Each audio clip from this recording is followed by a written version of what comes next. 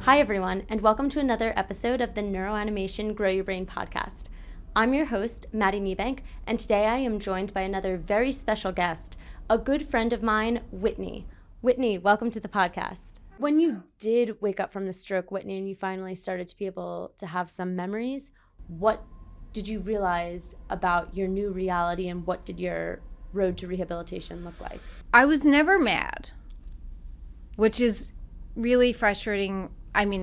Which is really surprising to other stroke patients because I was happy to be alive, you know? And I remember my sister Jackie and her kids and my kids and David, and then just being really happy I was alive. And there were days when I didn't want to go to therapy, but overall, I'm just glad I'm alive. How did your stroke affect you, Whitney, and what kinds of therapies did you have to do in the early days? I still do speech therapy over 3 years out. OT, PT, running, which I can do now, finally. I play with my coach, Bill, paddle with my left hand now, which is amazing. Which side is your affected side? My right side. It is your right yes. side. Okay. Yeah. I just mainly asked out of curiosity. What types of therapies have you tried in your recovery? Mostly Kessler, which is where I'm from. That's where I went for my therapy too. Yes. JFK, but after I stopped going to therapy, I flew to Alabama, which Marion Bowman, love you, for constraint-induced therapy, which basically means tying my better hand, my favorite hand apparently, behind my back for 2 weeks and only using my favorite hand, which is hard. Hard. Did you feel, because you're only just barely over 3 years out yes. from your stroke, Whitney, before going to NeuroAnimation a few months ago, did you feel like you were plateauing in your recovery? 100%. And you know what? I went with my dad and David, my husband, to Shirley Ryan in Chicago, and the doctor said, I won't say his name, but he said, you basically can cut your arm off because you'll never get better. Wait, what? Yeah. They actually said that? Oh, yeah. And my dad and David were we flew all the way here. And they were, very upset, let's say the least. And then I was like, guys, they're wrong. I can do it. I love that attitude. Yeah. When you're told, because I'd had the same thing happen where I was told you're not going to recover past, 12 months, 18 months, however long it is. Right. But then you take that and you turn it into, let me show you I am. Exactly. And you, Whitney especially, keep getting better. And I've so enjoyed following your journey because you continue to make gains literally every day. You'll text me videos and it's like, oh my God, look what I did today. I'm writing with my hand. I'm playing paddle. And it's just so incredible to see that. Yeah. Can I ask you to explain a little bit about what your life was like before the stroke you had 3 years ago? Yes. I was doing Alpha, which is my workout every day, and playing paddle every single day, until 10 o'clock at night. I had 2 kids. One was 1 and one was 6. I played probably 7 days a week. It's so intense. Yeah. I've never played paddle, but it seems like a pretty fun sport. It's great. But then, so on St. Patrick's Day, I went to a professional paddle tournament at 8:15 in the morning. And then I just froze. That was when I had my stroke. Up in the air, about to serve, frozen. Oh my God. So you were literally playing paddle like you do every day when you had the stroke. Yep. When you froze mid-swing, did you know what was happening? Nothing. And then I don't remember a thing until probably 6 weeks out. So what happened when you were having a stroke? Did you have to go to the hospital? Yes. So my sister was the one who was like, and her employer was like, go to Morristown, which is the hospital in New Jersey. And I went there, and they just told me, like, I'm having a stroke. I had like 3 or 4 days out, I realized I had myxoma in my heart. So I had to have an open heart surgery too. What does that mean? It was a really rare tumor in my heart. Did you know that you had this prior to the stroke? No. Oh my nothing. God. Most of the doctors had never seen it before. And it was in my heart, like the size of a softball. They had to do open heart surgery fast. I had my stroke, which a piece of my tumor broke off and then caused my ischemic stroke. Oh my gosh. So when you had the stroke playing paddle, you went to the hospital. Did you have to have any other surgery at that time? Yes, brain surgery. And then I had open heart surgery and then an emergency open heart surgery again. So it was like fluid started to build up in my heart, and I was like maybe 2 hours I had to live. Do they know what caused your stroke? No. When you woke up from having the stroke, you're in the hospital, you had a brain surgery. Yep. Do you remember those moments? You know what? I had aphasia, which is really frustrating because I couldn't say it, but I was thinking it. Mm-hmm. So, like, I would say, like the clock. I remember the clock. I remember Tommy, my son, coming in for the first time, and I was like so happy. I want to talk a little bit about your experience at NeuroAnimation, because you went back in October, so just a few months ago. Yeah. What made you decide to come, and what was it like when you first got there? You made me come, basically. And you know what? My family wasn't so sure. It was a lot of time away from my kids. And I said, for me, I had to go just, to see what it was all about. And I'm so glad I did, because it was hard. I mean, I was in bed probably at 5 o'clock every day. I was so tired, but I ran for the first time there.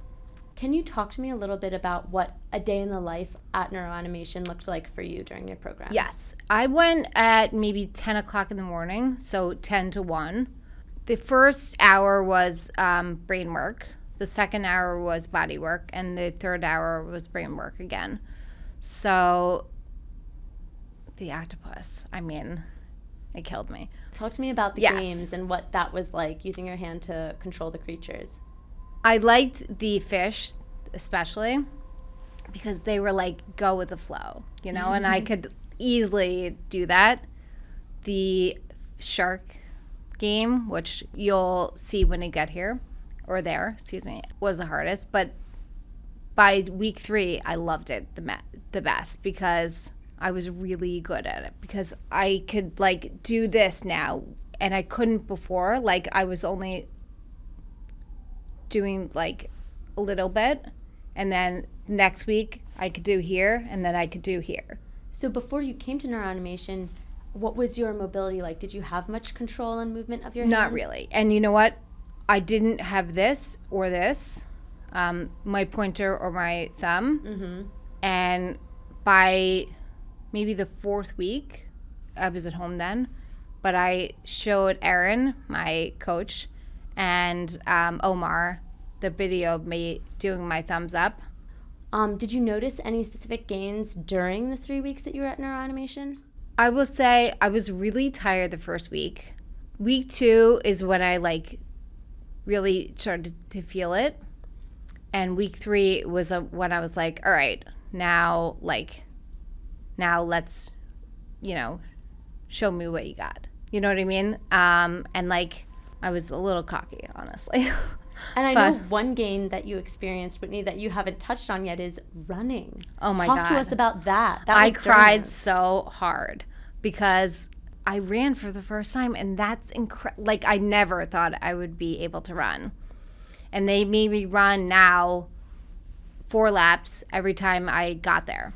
Wow. And Erin was tough. I loved Erin because she was like, now on week 3, she's made me run when I got there and then when I like finished up, which I loved. I mean, yeah, what a huge like confidence boost to yourself too, to know that like when you're told by doctors and therapists you're not going to get any better, you think maybe I should never even try because I'm not going to be able to do it. But You can. You literally proved that this is possible, Whitney. And I'm actually wondering, so you made some really dramatic physical gains. Yes. Did you experience any cognitive or emotional improvements as well? Before NeuroAnimation, I was always like foggy and I couldn't remember stuff, and I had to write everything down, which is really hard because I can't write yet. Now I can write, but it's hard with like a lot of words. Like I can write like the calendar or like Olivia's like school or Tommy's school, but and now like maybe it's a hippocampus, but like I feel like I'm back. You know what I mean? It's that hippocampal growth. Yes, totally. Yeah. So it sounds like in that 3rd week of your boot camp, Whitney, something changed, something just clicked. Yes. And you were starting to experience gains. What can you talk to me about the moment when you realized that change was happening? It was honestly Monday of week 3, and I said, like, I'm rested, I feel great. It was maybe snowing that day, but oh well. Ohio weather's crazy. And I said, Monday, week 3, I was like, I'm ready. So it sounds like you experienced some pretty significant gains during the 3 weeks in Ohio, Whitney. Yes. How about when you got back? Can you talk to us a little bit about what new movements you noticed then? Because I know you experienced a lot. Bill, my coach, who has always been my coach, decided I should play with my left hand for now, which is incredible. There's only one other lady who plays two-handed. So what was it like for you playing paddle again for the first time since your stroke? You know what's funny? So every St. Patrick's Day now, after my stroke, my family all gets together and plays paddle, which is crazy because I'm like crazy about paddle. And like even Olivia, who is now 4, plays it, which I love. So it's like only for me day.